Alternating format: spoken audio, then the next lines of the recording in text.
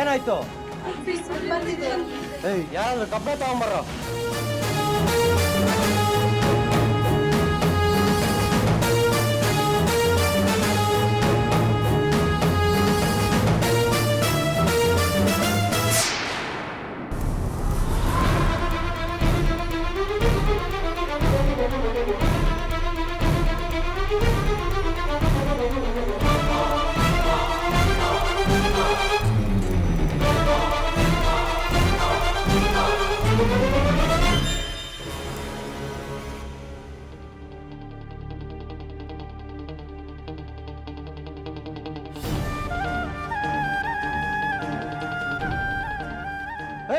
ಆ ಲಕ್ಷ್ಮಿ ಹುಡುಗಿಯಲ್ಲಿ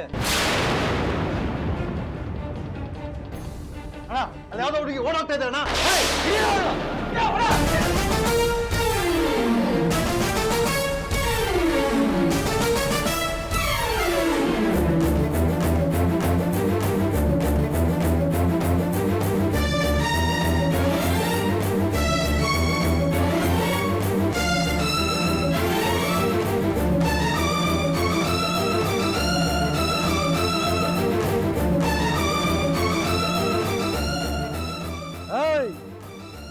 ಕಾಡ್ ಬಿಟ್ಟು ಅವಳು ಎಲ್ಲೂ ತಪ್ಪಿಸ್ಕೊಳಕ್ ಸಾಧ್ಯ ಇಲ್ಲ. ಅವಳು ಯಾವ್ದೇ ಕಾರಣಕ್ಕೂ ಮಿಸ್ ಆಗಬಾರ್ದು. ಒಬ್ಬ ಇಲ್ಲೋಗೋ, ಒಬ್ಬ ಅಲ್ಲೋಗೋ, ಒಬ್ಬ ಈ ಕಡೆ ಹೋಗೋ. ಅವಳು ಮಿಸ್ ಆಗಬಾರ್ದು.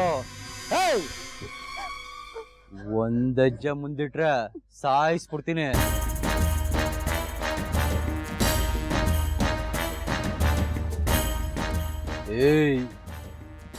ಇದೆಲ್ಲ ನಿಮ್ ಪ್ಲಾನಾ? ನಿನಗ್ ಫಿಟ್ಸ್ ಬಂದಿದ್ದು ನಿಜಾನಾ ಇಲ್ಲ ನಾಟಕನಾ? ಇಲ್ಲ, ನಂಗೆ ನಿಜವಾಗ್ಲೂ ಫಿಟ್ಸ್ ಬಂದಿತ್ತು. ನಾನು ನಾಟಕ ಮಾಡ್ತಿಲ್ಲ.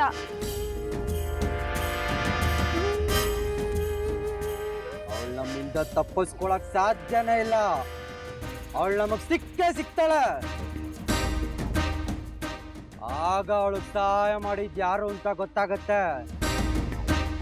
ಅವಳು ಯಾರು ಅಂತ ಗೊತ್ತಾಗಿದ್ ನೆಕ್ಸ್ಟ್ ಸೆಕೆಂಡ್ ಜೀವಂತವಾಗಿರಲ್ಲ. ಇವಾಗ ನೀವು ಒಪ್ಕೊಂಡ್ರೆ ಬದುಕ್ತೀರಾ, ಇಲ್ಲ ಅಂದ್ರೆ ನಾನು ಹೇಳ್ದಾಗ ಮಾಡ್ಬೇಕಾಗತ್ತೆ. ಹೇಳ್ತೀರಾ ಸಾಯ್ತೀರಾ?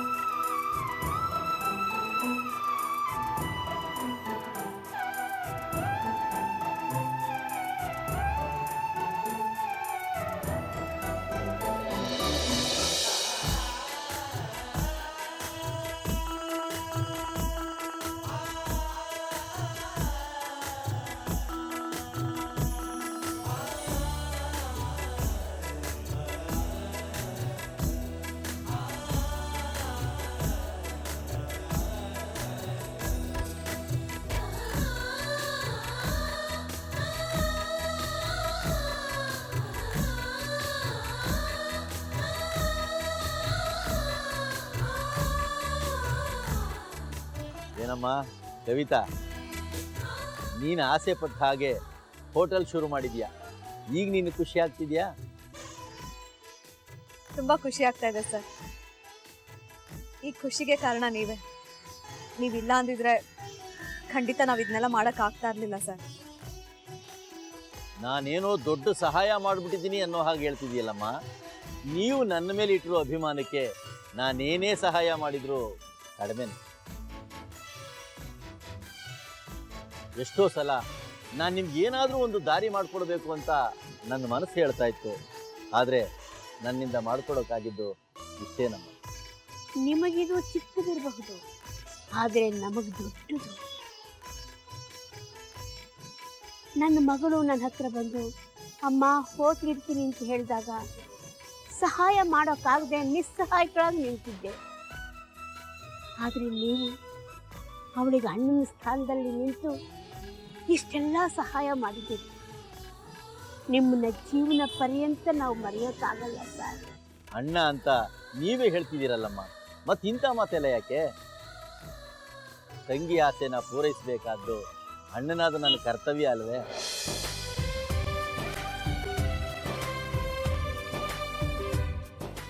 ನಿಮ್ಮಿಂದ ತುಂಬಾ ಉಪಕಾರ ಆಯ್ತು ಸರ್.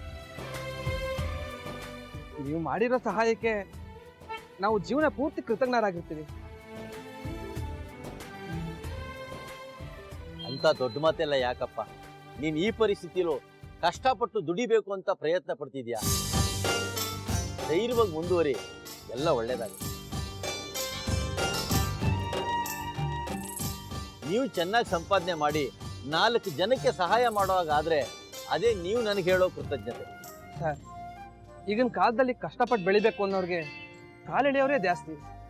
ಅಂಥದ್ರಲ್ಲಿ ನಮಗೂ ನಿಮಗೂ ಯಾವ ರೀತಿ ಸಂಬಂಧ ಇಲ್ಲದೆ ಇದ್ರು ನಿಮ್ಮಲ್ಲಿ ನಮ್ಮನ್ನ ಒಬ್ರು ಅಂತ ತಿಳ್ಕೊಂಡು ನಮ್ಗೆ ಸಹಾಯ ಮಾಡ್ತಾ ಇದ್ದೀರಲ್ಲ, ನಿಜವಾಗ್ಲೂ ನಿಮ್ದು ದೊಡ್ಡ ಮನಸ್ಸು ಸರ್. ನಾನು ಇಲ್ಲಿದ್ದಷ್ಟು ನನ್ನ ಗುಣಗಾನ ಮಾಡ್ತಾನೆ ಇರ್ತೀರಾ. ಒಳ್ಳೆ ದಾರಿಲಿ ಹೋಗಿ ದೇವ್ರು ಒಳ್ಳೇದು ಮಾಡ್ತಾನೆ. ಇರೋ ವಿಷಯ ಹೇಳಿದ್ರೆ ಗುಣಗಾನ ಹೇಗಾಗುತ್ತೆ ಸರ್? ಖಂಡಿತ ಇಲ್ಲ. ನೀವು ನನ್ನ ಮೇಲೆ ಇಟ್ಟಿರೋ ಅಭಿಮಾನ ಪ್ರೀತಿಗೆ ನಾನು ಏನೇ ಮಾಡಿಕೊಟ್ರು ಕಡಿಮೆನೆ. ತಗೋಮ್ಮ.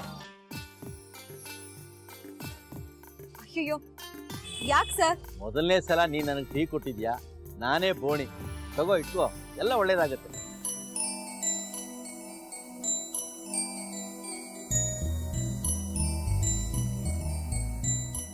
ಸರ್, ಒಂದು 5 ನಿಮಿಷ ಇಲ್ಲಿ ಕೆಲಸ ಮುಗಿಸ್ಕೊಂಡು ಮನೆಗೆ ಬಂದು ಎಲ್ಲ ಕೆಲಸನೂ ಮುಗಿಸ್ಕೊಡ್ತೀನಿ ಅಂತ ಅಮ್ಮ ಅವ್ರಿಗೆ ಹೇಳ್ಬಿಡಿ.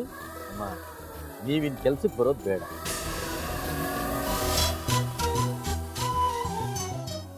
ಯಾಕೆ ಸರ್? ನನ್ನ ಮೇಲೆ ನಿಮಗೆ ನಂಬಿಕೆ ಇಲ್ವಾ? ಛೇ, ಹಾಗೆಲ್ಲ ಏನಿಲ್ಲಮ್ಮ. ನಿಮ್ಮ ಮೇಲೆ ನಂಬಿಕೆ ಇದ್ದಿದ್ರೆ ನಾನು ನಿಮ್ಗೆ ಇಷ್ಟೆಲ್ಲ ಸಹಾಯ ಮಾಡ್ತಿದ್ನ? ಇಷ್ಟೆಲ್ಲ ಆದ್ಮೇಲೆ ನೀವು ಅಲ್ಲಿಗೆ ಬಂದು ಕೆಲಸ ಮಾಡೋದ್ರಿಂದ ನಿಮ್ಮ ಮನಸ್ಸಿಗೆ ಕಷ್ಟ ಆಗಬಹುದು.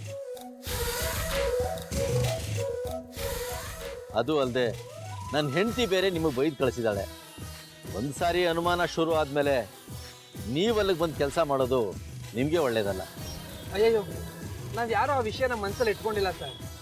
ಮೇಡಮ್ಗೆ ನಮ್ಮ ಮೇಲೆ ನಂಬಿಕೆ ಇದ್ರೆ ಅಷ್ಟೇ ಸಾಕು. ಅದೆಲ್ಲ ಬಿಡಿ, ವ್ಯಾಪಾರದ ಕಡೆ ಗಮನ ಕೊಡಿ. ಅಲ್ಲೂ ದುಡಿಯೋದನ್ನ ಇಲ್ಲೇ ದುಡಿಬಹುದು. ನೀಲ್ಕಂಠ, ಕಾಲಿಗೆ ತುಂಬ ಪೆಟ್ಟಾಗಿದೆ, ಹೆಚ್ಚಿಗೆ ಸ್ಟ್ರೈನ್ ಮಾಡ್ಕೊಳ್ಳೋಕೆ ಹೋಗಬೇಡ. ಅಮ್ಮ, ಕವಿತಾ ಒಬ್ಬಳಿಗೆ ಎಲ್ಲ ನೋಡ್ಕೊಳ್ಳೋದಕ್ಕೆ ತುಂಬ ಕಷ್ಟ ಆಗುತ್ತೆ. ನೀವು ಇಲ್ಲೇ ಇಟ್ಕೊಂಡು ಅವಳಿಗೆ ಸಹಾಯ ಮಾಡ್ಕೊಂಡಿರಿ. ಯಾವ ಕೆಲಸಕ್ಕೂ ಹೋಗೋದು ಬೇಡ. ಪರವಾಗಿಲ್ಲ ಸರ್, ಇಲ್ಲಿ ಕೆಲಸ ಮುಗಿದ ಮೇಲೆ ನಿಮ್ಮ ಮನೆಗೆ ಬಂದು ಕೆಲಸ ಮಾಡ್ಕೊಡ್ತೀನಿ. ಸರ್, ಏನ್ ಮಾಡ್ತಾ ಇದ್ದೀರಾ? ಗಾಬರಿ ಆಗ್ಬೇಡಮ್ಮ. I am a palm reader. ನಿನ್ನ ಕೈ ರೇಖೆ ನೋಡಿ ನಿನ್ನ ಕಷ್ಟನೆಲ್ಲ ಹೇಳ್ತೀನಿ. ನಿನ್ನ ಕೈ ರೇಖೆಗಳು ನೋಡ್ತಿದ್ರೆ ನೀನು ತುಂಬ ಕಷ್ಟದಲ್ಲಿದ್ದೀಯಾ ಅನಿಸುತ್ತೆ. ಹೌದು ಸರ್, ನಾನೀಗ ತುಂಬಾ ಕಷ್ಟದಲ್ಲಿದ್ದೀನಿ. ನೀನೇನು ಹೇಳಬೇಡ, ಎಲ್ಲ ನಿನ್ನ ಕೈ ರೇಖೆಗಳೇ ಹೇಳ್ತಿವೆ.